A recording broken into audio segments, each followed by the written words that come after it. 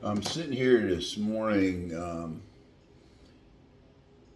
thinking about Ray Lewis and the concept you have about the lions mode, and I think it works good in the batter's box.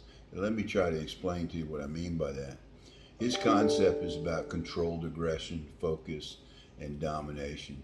So I think in softball, you got to lock in the focus, which is like the hunter's eye, unshakable confidence, alpha mentality, attack with a purpose, explosive but controlled, and adapting and adjusting is the lion's strategy.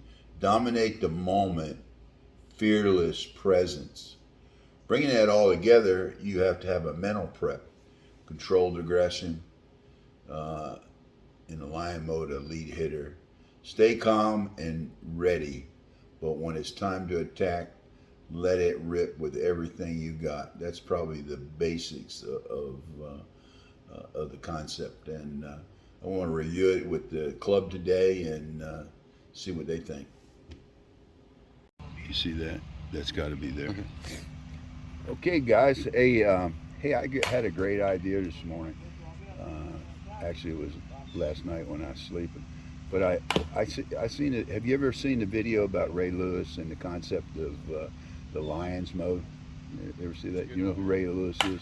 He's a linebacker. Yeah. Yeah, and he has this video that's very powerful, and it struck me that the Lions mode could relate to the way he presented it. It could relate to hitting. So let me give you an idea, okay? His concept is controlled aggression, focus, and domination. Does that relate to getting in the batter's box and being a hitter? Absolutely, yeah. Okay. Well, this is what I written. I took these points and went through them, and as I go through them, you tell me where it doesn't work or it works or why it works. Okay, quickly, because we don't want to bore people with a long freaking speech or anything. Okay. Locked in focus, the hunter's eye, if you will. A lion doesn't chase every target, it locks into its prey and attacks with precision. So now take that as a hitter. As a hitter, you're not just swinging at anything, you're hunting the right pitch and staying disciplined. What do you think? How's that? That achieves the best results when you're going in on your pitch. Isn't that what we talk about all the Right, time? all the time. Select your pitch, right? Be selective. Absolutely. Okay. The next one, unshakable confidence, alpha mentality.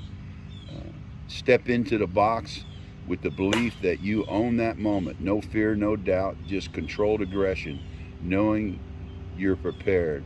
As Ray Lewis would say, you got to be willing to improve your will. What's that mean to you? I think that every time you go up there and you get to select the right pitch, you have the confidence you're going to hit the ball wherever you want to hit it. It's not going to be just flailing away at it.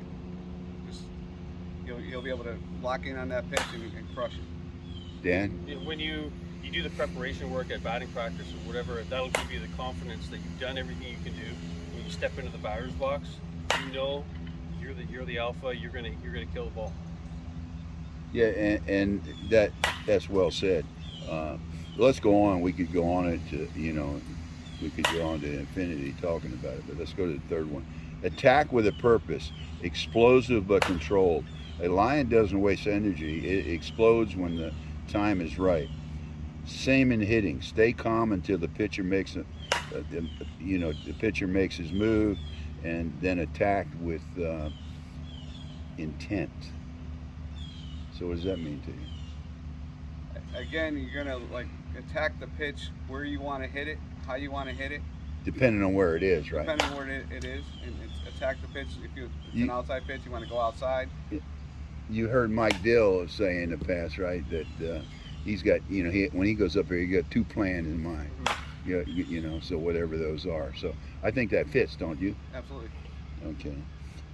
Adapting and adjusting, the lion strategy. A lion studies its prey before making a move. Hitters may read the pitcher and adjust. If they throw outside or opposite field if they try to beat the in. I misread that. If they throw outside, go opposite field. If they try to beat you inside, turn on it, meaning pull it. No wasted movement, no hesitation, just execution. Make sense? Yep. Yep. This is almost what we said in the previous. Right. You know. Dominating a moment, fearless presence. You know, you get that feel. To me, that's a fearless presence. All these words. That's what you got to be when you get it. When I was younger, you know, it's like the way Dan swings. He swings like that with the energy of the lion, if you will. So dominating the moment. When a lion walks, it commands respect. Same with the hitter. Own the box. Don't let the pitcher dictate the at bat. As Ray Lewis says, greatness is a lifestyle. You bring the lion mode every single at bat.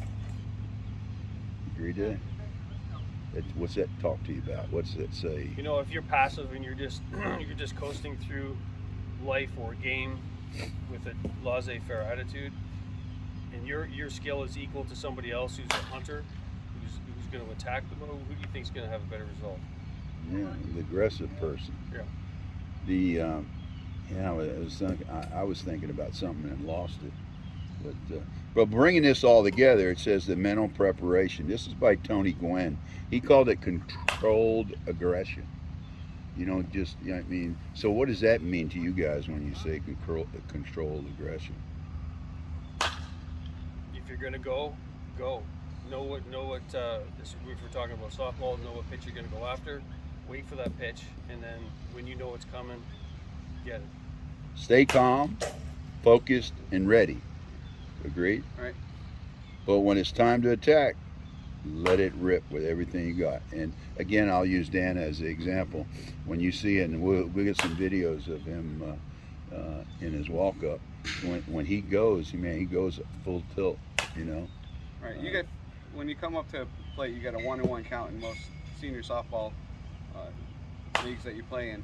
So you got a lot of pitches you could hit. So a lot of guys are swinging at that first pitch that's even close. You might want to wait a little bit and get that better pitch, and then to control aggression, jump on that pitch hard at that. Okay, that's good. Let's move on to this is the part where it says key aspects of the mental approach to hitting. Confidence and trust and preparation. Dan hit on that a little bit.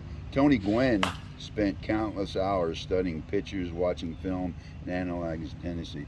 You don't really do that in baseball. That makes a lot of sense. In softball, you do analyze the pitcher and know the pitcher by what he does, right? I mean, you look at him before. I mean, before you get to bat, you should know what's he doing, right? Yeah. Is he throwing the first pitch right in there? Yeah. Or is he mostly deep? Is he mostly short? Is it high? Is it... You guys do that. You guys do that, right? Yes, they do it. And this is a key thing that Gwen said. If you don't believe you can hit it, you won't. I've said that. Yeah. Well, what does that mean to you? If you're focused on a pitch, you're going to hit it. But if you not going up there with an idea of what his pitcher's tough, I can't. He's always going to get me to hit his pitch. It's going to be a tough time for you. Pretty much like the old saying: if you think you can, you can. Yeah. If you think you can't, you can't. So you never think you can't. You know, there's a couple players that I know that say, "I'm going to do." You know, if they got negative vibes, you can't have that negative vibe. Right. Adapting and making adjustments. Tony Gwynn never tried to force a result. He took what the pitcher gave him. So that's what we were talking earlier about, is hitting the pitch where it's at. That's right. Like Dan hits as well left field, he does the right field. And he's left-handed, of course. And a lot of people said that, or a lot of people, somebody made this quote, I forget who it was, it might have been Morgan from Cincinnati Reds, but he said baseball should be named a game of adjustment, and you just constantly adjusting. And in softball, you have to adjust, right? Yeah. Right. What in what ways does that translate to softball in your mind? But for me, it's even mentally. You go in a zone where the game all of a sudden seems easy. It looks like a beach ball, and you're mindful of your approach in the batter's box of what's working, and the next thing you know, that approach doesn't work. So you'll have to constantly adapt and change. At least I do anyway. And we also have to keep in mind there is a difference between baseball and softball. Like baseball, if you hit 300, that means you're a great player. If you hit 300, but you're failing 7 out of 10 times. Softball is basically the opposite of that. But softball, you can only fail 3 out of 10.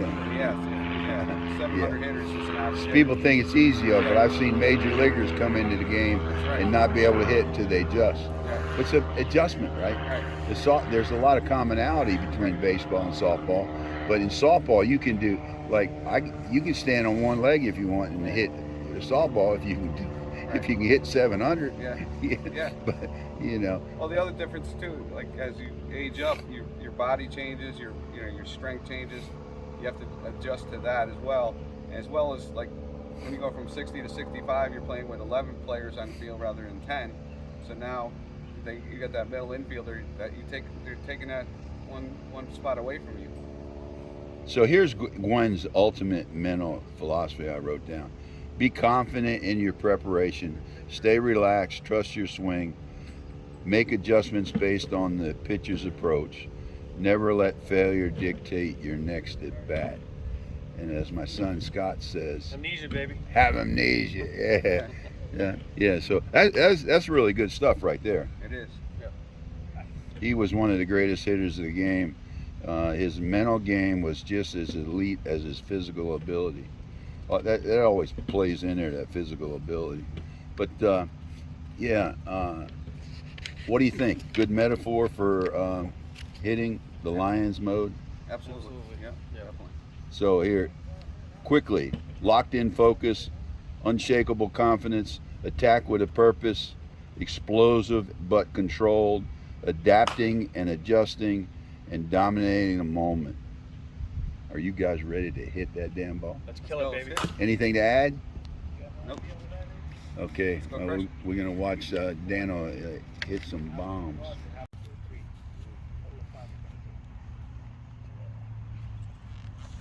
Inside hit well. I think Dan been working out. He's looking a little. Oh man, that's about 3 something. Gee, what's going on, bro? So was that controlled aggression? Controlled aggression. Yeah. Hey, And the master of the walk-up. Give him a new title.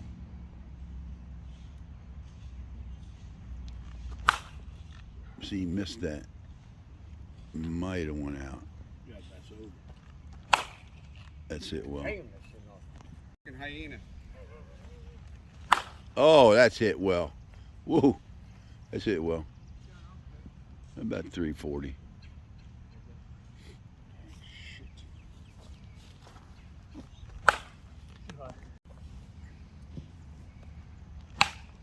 Oh, that's a blast there. Look. I know we're giving you a lot, but you have to look into descriptions to get more understanding of the fundamental principle, the mentality, if you will. But this video I'm going to show you now, where I got my first idea about comparing the two, is the video about Ray Lewis. And you just, to me, it just inspired the hell out of me and reminded me that's the way I was when I was young. And as I get older, I'm losing a little bit of the line. Maybe I'm going to be an old lion, but that's the feeling you got to have. And I think I get it when I get in really tough games, even now. When the game's on the line, you better be in your lion mode.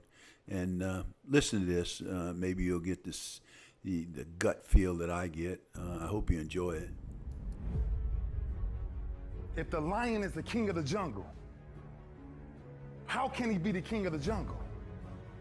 If he's not the biggest, the elephant is probably one of the biggest. He can't be the fastest because that's a cheetah. He can't be the smartest. So he's not the biggest, the fastest, or the smartest. So how does a lion become the king of the jungle? his mentality. That's the only difference of a lion and an elephant. When a lion walks up and sees an elephant, he thinks lunch. An elephant thinks run. And it's all mentality. Because when a male lion walks up, he may be outnumbered by a pack of hyenas, but I'm king of my jungle because of my mentality. What happens when you're a gazelle and you're not being pushed, you're not being prodded, you're not given a reward, nobody's encouraging you? What happens when you're a gazelle and the lion's not chasing you anymore? You stop running. But what happens when you're a lion? When you are a lion, it does not make a difference. You realize that if your family is going to eat, that if that pack of lions is to survive, then you gotta go hunt. A part of being a beast just ain't eating a gazelle. A part of being a beast is the hunts. It's the hunt that they're excited about. They like to see the gazelles run. Then boom, they take off. Because real lions like to hunt. They love the process just as much as they love the prize. And some of y'all just want to score. You don't like the process. You're not in love with the process. A true hunter's goal is not the prize. A true hunter's goal is to hunt. That's what they live for. They live to hunt. They don't just live to catch it. It's the whole process. When you are a true hunter, you don't go by time. You go by the gazelle. When you are a true hunter, you hunt until you get a gazelle, and you don't stop until you get one. And then you get another, and then you get another, and you get another. If you're gonna do what you say you're gonna do, be what you say you're gonna be, you're gonna have to lion me out. You a gazelle, you're gonna come up short. You a gazelle, you're gonna have an average experience. You a student, I need you in lion mode. You an entrepreneur, I need you in lion mode. You trying to lose weight, lion mode. You can't do nothing significant in gazelle mode, nothing. Nothing impressive happens in gazelle mode. Well, let me tell you something, guys. Lions mode isn't a hype. It's how elite hitters think and move. It's time you stopped just stepping into the batter's box and start hunting. Focus, fire, and finish. That's the lion mode. I hope you enjoy it. It really is for elite hitters, elite people, not just hitters, any athlete. The lion mode is a great metaphor. Please hit subscribe. Thanks.